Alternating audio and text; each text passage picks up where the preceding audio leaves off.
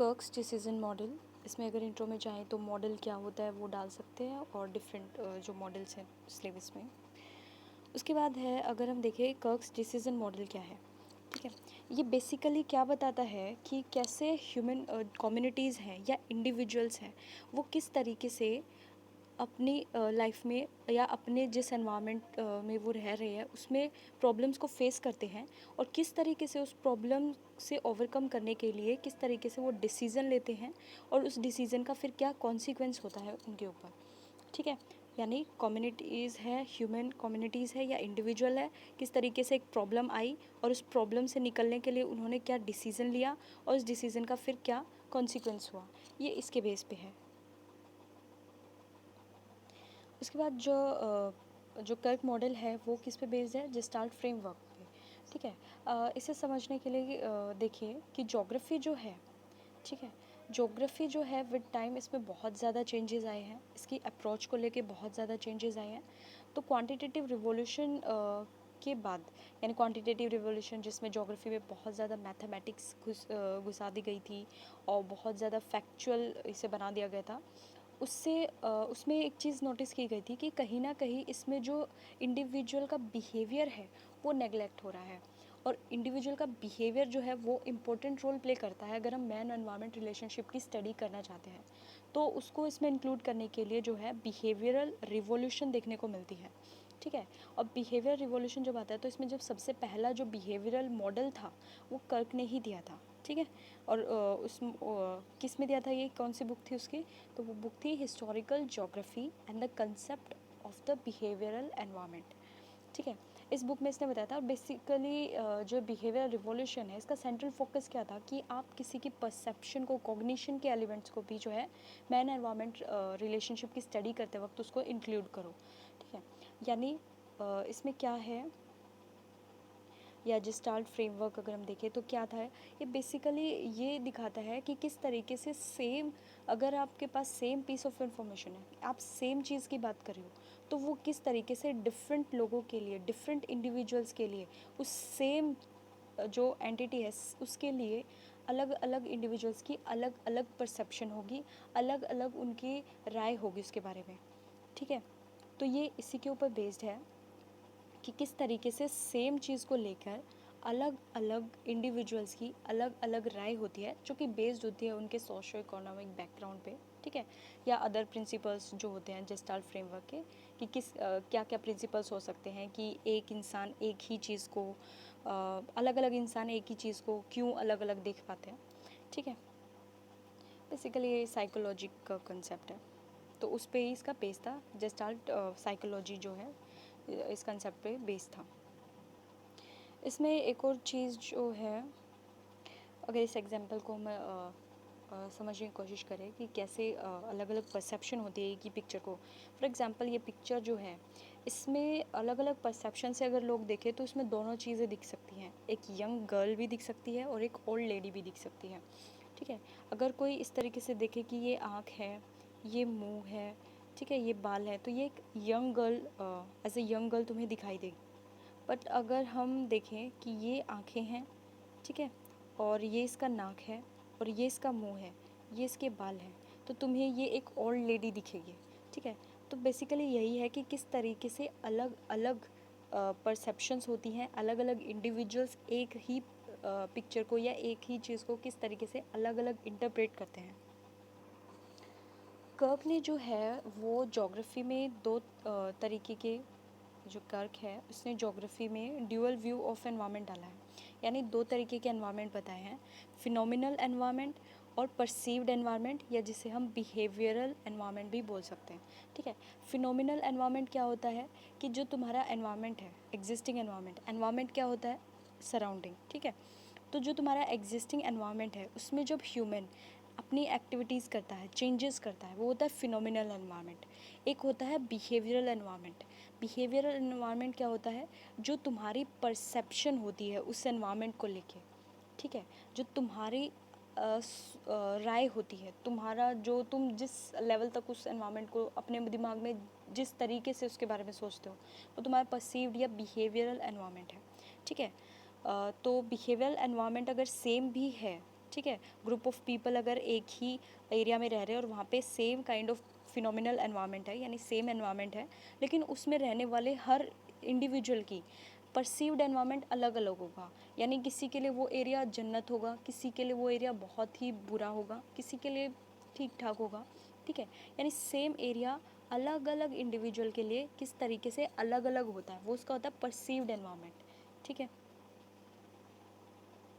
तो हमने पढ़ लिया कि क्या बताना चाहता था कर्क जो है अपने मॉडल में, क्या बताना चाहता था, किस पर बेस था।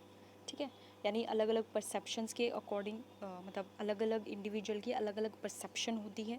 ठीक है, वो बेस्ड होती है उसके सोशो इकोनॉमिक बैकग्राउंड या बाकी जो भी वैल्यूज़ हैं उसकी, उस पर बेस्ड होती हैं। ठीक है, अलग अलग परसेप्शंस होती हैं जिसके बेस पे अलग अलग डिसीजंस वो लेते हैं। उसके बाद इसको समझने के लिए जो है, अगर हम देखें तो सिंपली अगर इसको हम इसको समझने के लिए कर्क ने जो है वो अपना मॉडल दिया था, और इसमें क्या किया उसने कि 3 ग्रुप ऑफ कम्युनिटीज़ लिए जिनका नाम है ए बी सी। ठीक है, 3 कम्युनिटीज़ ली। अच्छा, एक और चीज़, क्योंकि ये एक मॉडल है तो मॉडल की अपनी अजम्पशंस होती हैं। ठीक है, तो अजम्पशंस क्या हैं इस मॉडल में। ठीक है, हमने बेसिस कर लिया क्या था। ठीक है, बताना क्या चाहता था वो कर लिया। अब है इसकी अजम्पशंस क्या क्या थी। सबसे पहले इसकी अजम्पशंस क्यों लेते हैं कि मतलब जो अजम्पशंस है कंडीशंस लगा देते हैं कि अगर ये कंडीशंस फुलफिल हैं तो मेरी जो बात है वो सही होगी। ठीक है, तो अजम्पशंस रखी जाती हैं। तो अजम्पशंस इसमें क्या है, तो कि जितने भी ग्रुप्स लेके चलेगा वो, जो उसने 3 ग्रुप्स कंसीडर किए हैं, वो सब इक्विलिब्रियम में है। ठीक है, बैलेंस्ड है। ठीक है, बैलेंस में है। उसके बाद दूसरा क्या है, इनमें कोई भी स्ट्रेस या कॉन्फ्लिक्ट नहीं है उनके बिहेवियरल एनवायरनमेंट को लेके। ठीक है, बिहेवियरल एनवायरनमेंट या परसीव्ड एनवायरनमेंट को लेके। ठीक है, सेम है, इक्विलिब्रियम है। ठीक है, कोई इनइक्वालिटी नहीं है। ठीक है, अब क्या होता है कि अब ये इक्विलिब्रियम जो है वो टूटता है। वो कैसे होगा, कुछ भी हो सकता है, या तो पॉपुलेशन जो है अब इंक्रीज़ कर रही है, लेकिन जो फूड है वो इतना इंक्रीज़ नहीं कर रहा जितनी स्पीड से पॉपुलेशन इंक्रीज़ करती है। जैसे माल्थस की जो थ्योरी है जिसमें बताता है कि पॉपुलेशन जो है ज़्यादा स्पीड से इंक्रीज़ करती है, जबकि फूड जो है रिसोर्सेज वो इतने स्पीड से इंक्रीज़ नहीं कर रहे हैं। या फिर क्या हो सकता है रीज़न कि क्यों इक्विलिब्रियम ब्रेक होगा, कि सोशो या टेक्निकल इनोवेशंस जो हैं वो हो रही हैं। ठीक है, या फिर जो ट्रेडिशनल रिसोर्स है वो ख़त्म होते जा रहे हैं। ठीक है, कुछ भी रीज़न हो सकता है, लेकिन ये इक्विलिब्रियम जो है वो ब्रेक होगा। ठीक है, यानी कंसेप्शंस क्या थी कि इक्विलिब्रियम की स्टेट थी, लेकिन वो इक्विलिब्रियम की स्टेट जो है वो टूटती है, किसी भी रीज़न से टूट सकते हैं। यानी जो बैलेंस था ग्रुप्स में वो टूटेगा, कोई एक ग्रुप आगे निकल जाएगा, कोई पीछे रह जाएगा। इस तरीके का जो इक्विलिब्रियम पहले था, इक्वल थे सब, वो टूट जाएगा। अब इसमें बताता है, अगर हम डायग्राम के थ्रू देखें। ठीक है, तो इसमें क्या होता है, ग्रुप ए में क्या है। ठीक है, ये 3 कम्युनिटीज़ जो उसने लेके चले। ठीक है, ग्रुप ए क्या करता है कि क्या होता है कि अब जिस एनवायरनमेंट में वो रह रहा है उसमें होता है चेंजेस, और उसके अकॉर्डिंग उसका अब टाइम है डिसीज़न लेने का। यानी उसके सामने एक प्रॉब्लम आती है और उसको लेनी है एक डिसीज़न। लेकिन ग्रुप ए कम्युनिटी क्या करती है, वो अवेयर ही नहीं होती उस प्रॉब्लम को लेके। वो इस प्रॉब्लम को ना तो अवेयर होती, ना उसके उससे ओवरकम करने के लिए कोई भी स्टेप उठाती है। तो इसकी वजह से क्या हो जाएगा, वो जो कम्युनिटी है, ठीक है, यानी जो ग्रुप ए है, उसने क्या किया, उसने जब प्रॉब्लम आई, डिसीज़न मेकिंग का टाइम आया, उसको तो अवेयरनेस ही नहीं थी कि उसके सामने कोई प्रॉब्लम है। तो लैक ऑफ अवेयरनेस की वजह से उसने कोई डिसीज़न नहीं लिया, और वो जो थी ग्रुप ए जो कम्युनिटी थी वो ख़त्म हो गई विद टाइम, वो जो है एक्सटिंक्ट हो गई। उसके बाद आता है ग्रुप बी। ग्रुप बी में क्या होता है, अब जो ग्रुप बी कम्युनिटी थी इसमें भी इसके सामने भी प्रॉब्लम आई। ठीक है, और टाइम आया कि इसको अब एक डिसीज़न लेना है इस प्रॉब्लम को ओवरकम करने के लिए। इसने क्या किया, डिसीज़न तो लिया, लेकिन वो इतना मतलब इतना बेहतर नहीं था कि वो ग्रो कर पाती, बहुत ज़्यादा उसमें डेवलपमेंट हो जाती। लेकिन ये था कि उस टाइम के लिए, सर्वाइवल के लिए, वो जो डिसीज़न था वो सही था। उसके बाद सर्वाइव करती है, फिर से प्रॉब्लम आती है, और फिर से सेकंड टाइम उसको डिसीज़न लेना होता है। अब इसमें क्या होता है, अब ये जो एक ग्रुप बी जो हमारा बी कम्युनिटी लेके चलते हैं, अब इसमें भी अलग अलग डिवीज़न हो जाती है।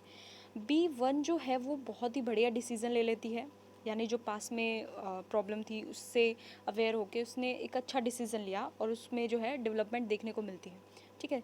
जैसा कि हम देख पा रहे हैं कि ये ग्रो कर गई। लेकिन B2 जो थी उसने डिसीज़न लिया लेकिन वो इतना सेटिस्फैक्ट्री नहीं था, लेकिन वो सर्वाइव कर गई, ठीक है। और B3 यानी उसी का एक और पार्ट, उसने कोई डिसीज़न ही नहीं लिया, अनसेटिस्फैक्ट्री, बिल्कुल कोई डिसीज़न नहीं लिया और वो जो है एक्सटिंक्ट हो गई ग्रुप ए की तरह, ठीक है। उसके बाद क्या आता है, ग्रुप सी, ठीक है। ग्रुप सी की कम्युनिटी है, ठीक है। इसमें क्या आएगा, ठीक है। अब ग्रुप सी, अब इसके पास भी वही प्रॉब्लम आती है, डिसीज़न लेने का टाइम होता है, तो ये बहुत ही बेहतर डिसीज़न लेती है, ठीक है। उसके बाद दोबारा सिचुएशन आती है और दोबारा जब इसके पास डिसीज़न मेकिंग की सिचुएशन आती है तो फिर से डिसीज़न लेते हैं और इसमें C1 जो होता है ग्रुप, इसी का सब पार्ट, वो बहुत ही अच्छा डिसीज़न ले लेता है और बहुत ही ज़्यादा डेवलपमेंट वो जो है इंजॉय करता है।